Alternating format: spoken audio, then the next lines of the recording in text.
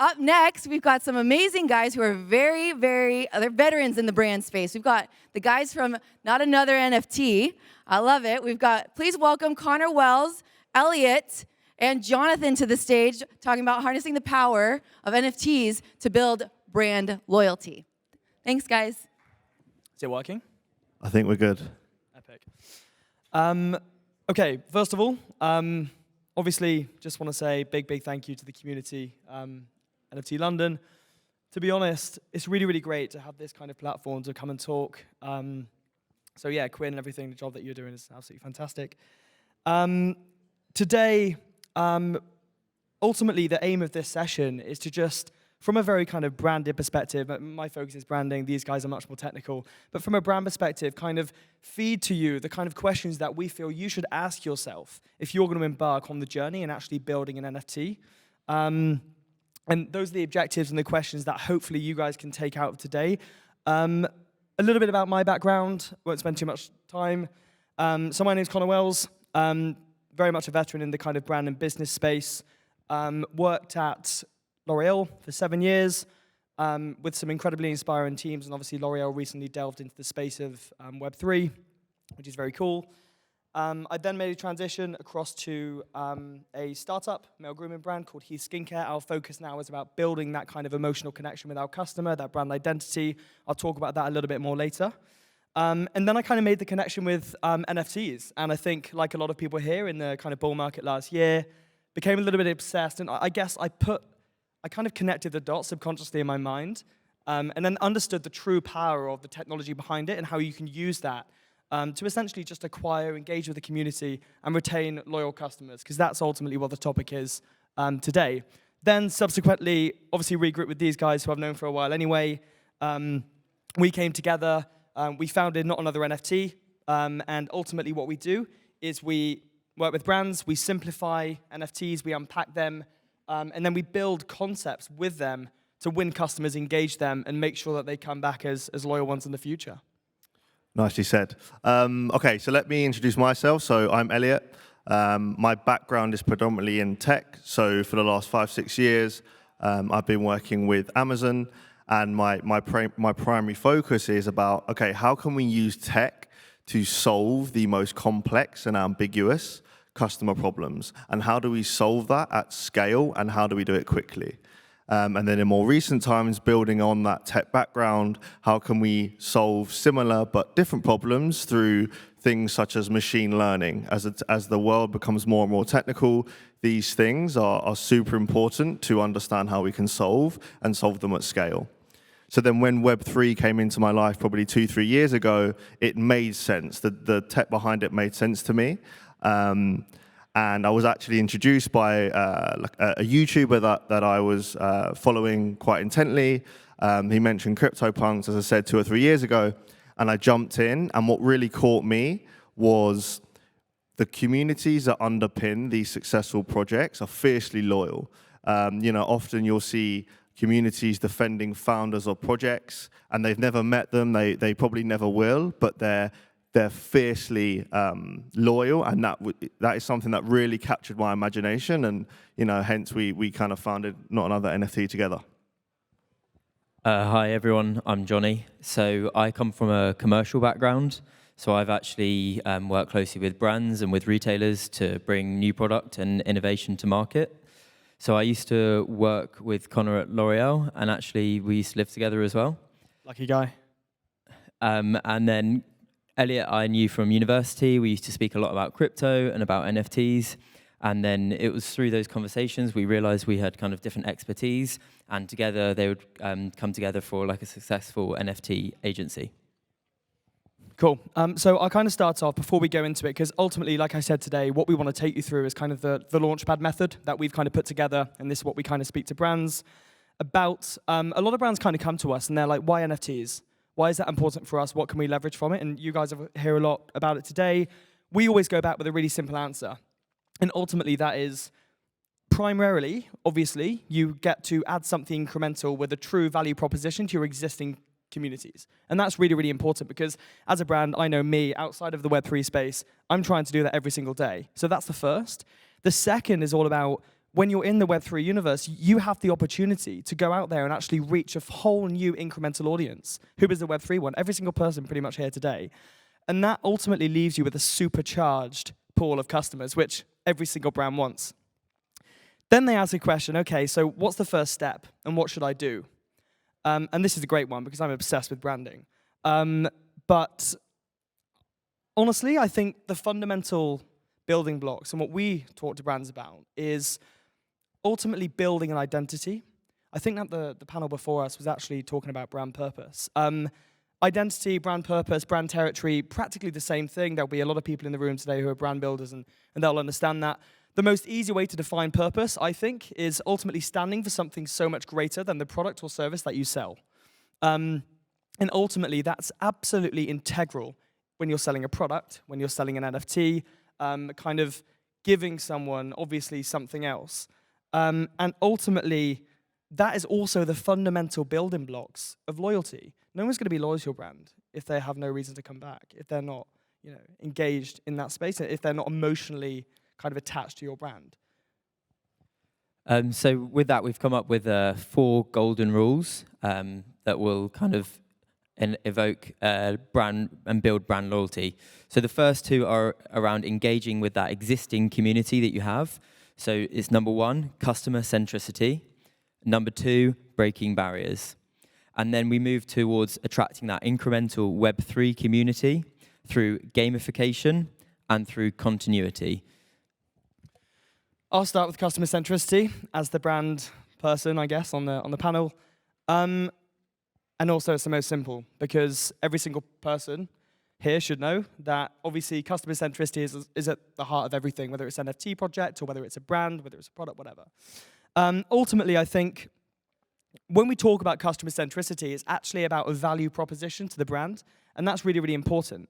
And just a caveat, I think something that I'm super, super passionate about, and obviously why I'm in this space a lot more now as a brand veteran, is because I think what we see right now, certainly because we're obviously in that bear market, is you've got these incredible brains in the Web3 space. They're coming in, and they're kind of cross-collaborating with these incredible brains coming in from like the brand and the business sector, and they're innovating together. And that's bringing some incredible innovation across the board. Like we see like another 2 or 3 brands launching an NFT project, mainstream brands, every kind of week. So that's super, super exciting. So absolutely keep your ears and eyes peeled and make sure that you're taking inspiration from these great brands and these great initiatives. Even if you have to scale it back, there are huge opportunities. I think the best way to actually talk about customer centricity is a little bit negative, but it's actually looking at brands that haven't necessarily done it very well. Usually the example that we have in the past is kind of Pizza Hut. Pizza Hut, great brand. They kind of had this incredible brand identity. They have this kind of founding principle. They stand for something. Their purpose is making great pizza accessible to everyone, which is brilliant. So they had every opportunity to then go into that space and absolutely crush it. But then they launched their NFT, I think it was March 21, and they minted a picture of a pizza. And ultimately, it was just a little bit, it was a bit of a disappointment, wasn't it? I think there's a big opportunity then for them, token gated access maybe, a little discount, something you get a free pizza every month. Not sure, it could be quite simple, but ultimately they just kind of wanted a crash grab, and I think it's something that they could have done a lot better. Yeah, I agree. I think the Pizza Hut example is good because it's a great example of what Connor was saying, in that Pizza Hut as a brand, everyone knows it, right? That their brand identity is so strong, but I think ultimately when they try to venture into this Web3 space, they lost sight of the customer and what they could offer above and beyond that picture of the pizza. And so as a brand entering this space, it's super important. What is the customer going to get from my NFT beyond just maybe the simple artwork? So yeah, the customer centricity is our kind of first golden rule. It really then ties into our next, which is about how can we break barriers. And really breaking barriers, I've already heard it in 3 or 4 speeches today, is synonymous with the whole Web3 NFT space. I think everyone is aware that it is complicated for people outside of this world to be onboarded. And so as a brand, when you're building an NFT project, you need to be super critical with yourselves and understand how can I make it the smoothest onboarding ramp for maybe my existing customers of my Web2 brand to get into my Web3 project? How can I make them understand the why, the what, the how, all those questions, all those answers to those questions? How can I make it super clean? And I think a really effective question that brands can ask themselves is, if I was not a Web3 native or an NFT native, would I understand what I'm offering in this NFT project? Would I understand why, how, what I'm doing as a outsider from the Web3 space? And I think if brands are super critical with themselves in the building of their project, and if the answer to that question is at any point no, they need to be empowered to go back to the drawing board, regroup, and come back until that answer is yes. You know, really and truly, if the answer to that question is no, you shouldn't be proceeding with building out your project, because you could have the best projects in the world, but if your onboarding ramp is super complicated, people from the Web2 world aren't going to care, and ultimately, it's not going to succeed. And I think we have a really relevant kind of example that we're working with a brand right now called Ludo Power, so we're actually wearing their T-shirts with our branding on, and the founder of Ludo Powers is not a Web3 native, and one of the first questions he asked us was, okay, if we do this NFT project, how will my existing customers know why we're launching a project, know what it is, know how to get involved? And it was a really pertinent question, and as brands coming into this space, you really need to be critical with that question. And again, sticking on the example route, another more Web3 relatable example is with Adidas and their journey into the NFT world with their Into the Metaverse NFT that they launched a year and a half ago.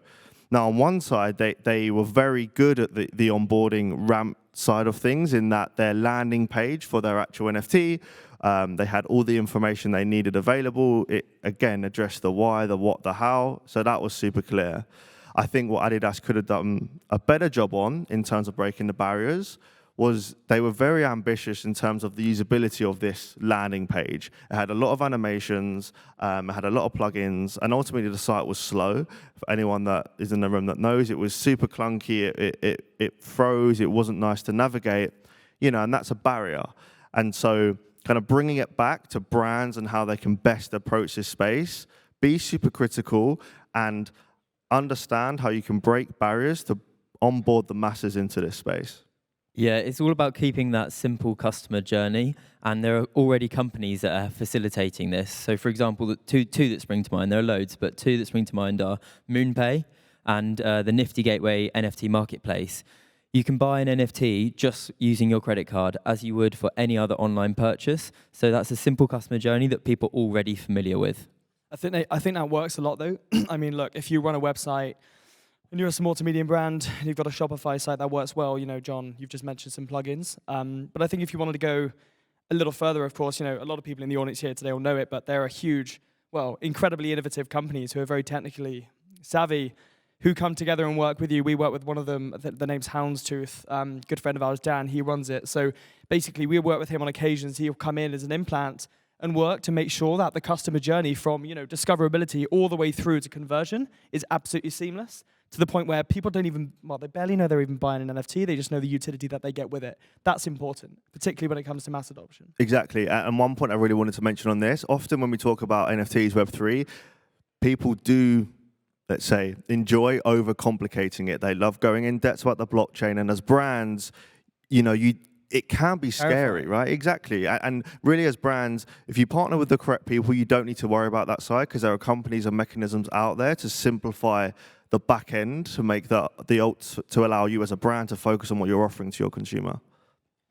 Cool. So Connor and Elliot have taken us through the first two golden rules, which are around engaging your existing community through customer centricity and breaking barriers. And now we need to move on to how to attract that incremental Web3 community. So our third golden rule is gamification. Now, the objective of gamification is to get user engagement with your brand, with your NFT project or product or service. So Web3 brands do this really well, actually. The first way they can do this is through creating mystery, through encouraging the consumer to speculate, to have conversations, to kind of problem solve. And one thing that you might not realize, but Web2 brands do this already. For example, every year, up and down the country, there are thousands of conversations around what is the John Lewis Christmas advert going to be. If you're not from the UK, you might not know what John Lewis is, but it's the same with like the NFL, like the halftime Super Bowl, right? Similar? I'm not familiar with the US, but Sorry.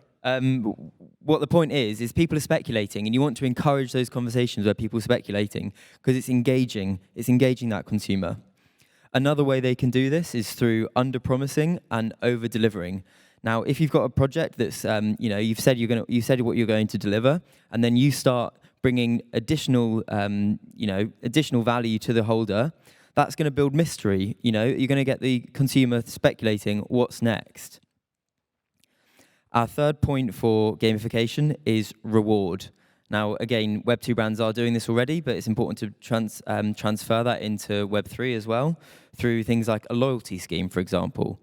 At the moment, you see a lot of coffee shops doing the stamp, You get 10 stamps and you get your free coffee. Now, that's great for the consumer because you feel like you've got a free coffee. And it's great for the business as well because they've got that consumer to come back 10 times when maybe they would have only come back 3 times.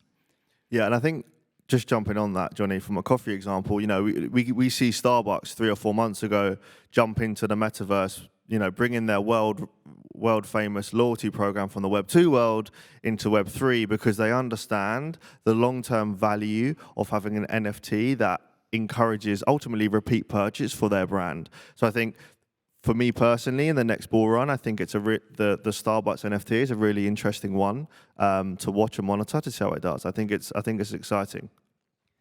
And then for our last point on gamification is exclusivity. You need to have a value proposition to the holder that rewards you with exclusive benefits that you don't get if you are not a holder. So that could be through token-gated access, it could be certain perks, certain deals, pre-sale access, that sort of thing. So it's all about having that sense of exclusivity. And then to build into that, you also want your NFT, what image or noise that is, you want to build in rarity characteristics because there are people that like to trade their NFTs to try and get the most rare NFT within your project. And there will be other people that are slightly less engaged with the brand, and that's fine, but they'll be happy with more of a base level NFT. Yeah, that aspect of rarity really resonates with me because if brands coming into the space that aren't so aware, building a project that has elements of rarity, it has elements of traits, is what is going to help people from the Web3 and maybe even the Web2 space that are coming into it emotionally connect with the project that you're having, right? That rarity aspect and the chance that you may mint, a top 10 NFT is what is going to keep people wanting to stay up till 3, 4 a.m. to mint this new NFT project, to jump in a Discord, to speculate. And that is really what you as brands, you want to achieve. So it's really about people like us helping these big brands understand what it means to create an NFT project that will emotionally connect to the audience and keep them there. But it sounds so scary, like trying to do that. But it's actually not that scary. One of the I think Elliot mentioned Ludo Pals earlier on. One of the brands that we work with, we built a super simple concept for them, and it's been done before. And it was kind of like, people go into his store or they go onto his Shopify website, they find something they want to buy, they buy it. Later on down the line, they're told whether that was a 1 of 1, whether it was a 1 of 20, 1 of 300. Just that really, really simple tiering of rarity, and people waiting for that to come out. It's not difficult. It's just a simple concept, but brands think it's super difficult, so they don't come in and try and build concepts like that. Yeah, exactly. It's a really good point, Connor. Okay, so looking at time. So going on to our fourth and final golden principle that we want to talk about today is all about continuity and delivering results. I think as brands entering this space, of course, in any walk of business, you need to be super resolute on delivering results, but arguably within Web3 and NFT, it's even more important in that you deliver upon the promises that you give. Under any circumstance, it can be a killer for you to overpromise and underdeliver. Because I think most of us in this room, if we're kind of true degens, if we've been in part of a project, if they said on their roadmap they're going to deliver, X by this date, that date passes, it doesn't happen, you can guarantee if you go into their Discord, there's going to be FUD, there's going to be hate. People are saying their houses are burning down just because, you know, they didn't, the team didn't deliver on what they promised. And as brands enter in this space, need to be hyper aware of how emotionally connected people are to NFT projects. And so you need to be so resolute on delivering results and having that continuity throughout what you're offering. And I think to give another recent example, we're working with a brand who's actually in the audience today, Brownie Box, who kept us super honest in our early consultations about, you know, we don't want to overpromise and underdeliver for Brownie Box because, you know, she has a loyal community of 15, 20 years built up in the Web 2 world, and we don't want to ultimately taint that by delivering an NFT project that we overpromise and underdeliver. You know, that not only will mean the NFT project will fail, but it can harm the Web 2 business as well. So it's super critical. And another example, actually, that I can give here from the Web 3 space is, where they haven't delivered it so well, and in terms of delivering what they're promising, is a brand called Full Send. I love Full Send, full disclaimer, but they're a social media powerhouse. They have a fiercely loyal community on YouTube, on social media. They jumped into the NFT world 7 or 8 months ago with the so-called Meta card, and at the time, you know, they were promising we're going to release exclusive lounges, exclusive festivals for holders of these Meta cards. I think it's fair to say they haven't entirely delivered on that promise, and it's kind of gone a little bit quiet. I personally hold a Meta card, so, you know, I'm speaking from experience, but and the reason I say that is because I still consume all their content, but at the same time, when I consume their content, in the back of my mind, I'm tainted because I'm like, yeah, but what about the NFT project that you promised so much, and at the moment you're delivering so little? So it's super important to have continuity in what you're offering from a brand perspective. Equally, though, there are projects that have done this really well, and one that we like and we can't really fault is Fluff World. They're a project that it started out as just a 3D avatar of essentially a bunny, and now they've built this entire ecosystem with additional avatars. They've also got partnerships with celebrities. They've done charitable donations. They run competitions. They've built spaces in the metaverse. And this is an example of a project that's just continuously delivered. And actually, they don't even have a roadmap. So everything that they've done has been over and above what they've promised. Go on, Connor. Shall I go? Yeah, go. Fine. Also, I think sometimes brands who are coming into, you know, who don't have any clue what an NFT is or the Web3 space, often they're really they don't really want to talk about brands or projects like Fluff World. It kind of scares them because, again, they feel like they don't really know anything about them or that they can't replicate that on a brand level. Like, my advice is that every single brand should look to like Fluff World. It's a great example of how they can build a community and kind of underpromise, overdeliver. Like, that's really important. And I think that kind of cultural shift needs to change within the space, personally. Definitely. Okay, time. Let me try and be quick. So underpinning those kind of 4 golden rules is what we term as being realistic for brands. So it may seem super simple, but as a brand entering this space, you need to be realistic in terms of what headcount you're going to allocate to work on this project and what budget. So there are various different ways that you can achieve this. So just going through some examples quickly, you can either repurpose existing headcount and existing budgets from your Web2 business, similar to what Adidas and Etihad have done. I would say sometimes it means you're a little bit less agile. A second example is what Nike have done with their purchase of Artifact, where they've bought this Web3 native existing project and at the same time they've got intellectual property, they've got that knowledge, and at the same time allows them to remain agile, and, you know, arguably Nike are one of the most successful projects in the space. And then lastly, you know, you can achieve that same result of what Nike had by reaching out to consultancies and third-party agencies that you trust to help you achieve that at more of a cut price cost. Do I have time to say one thing? Go for it. Great. So also another thing, like, brands have been through this shift before. My first ever role at L'Oreal was in the digital transformation team, and that was back in 2015. From the period of 2014 to 2017, brands basically were just obsessed with this digital transformation. So they've been through that shift before. I just think right now brands need to go through the next shift, which is coming into that kind of Web3 space. 20 seconds, Sean, go. So basically, in summary, we've got our 4 golden rules. And if you can nail all 4 of these golden rules, you'll have an extremely loyal customer base through your NFT project. And they are customer centricity, breaking barriers, gamification, and continuity. And just to say thanks to everyone that listened. Come speak to us, come challenge us. We're also here to learn. So yeah, if you see us around, we're wearing the t-shirts. Come say hi. Thank you. Thank you.